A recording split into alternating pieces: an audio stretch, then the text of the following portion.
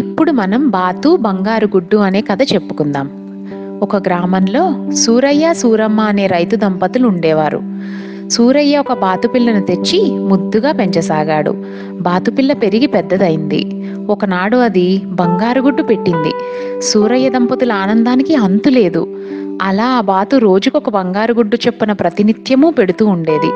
సూరయ్య దంపతులకు రోజూ బంగారం లభించడంతో ఆనందంతో ఒళ్ళు మర్చిపోయారు.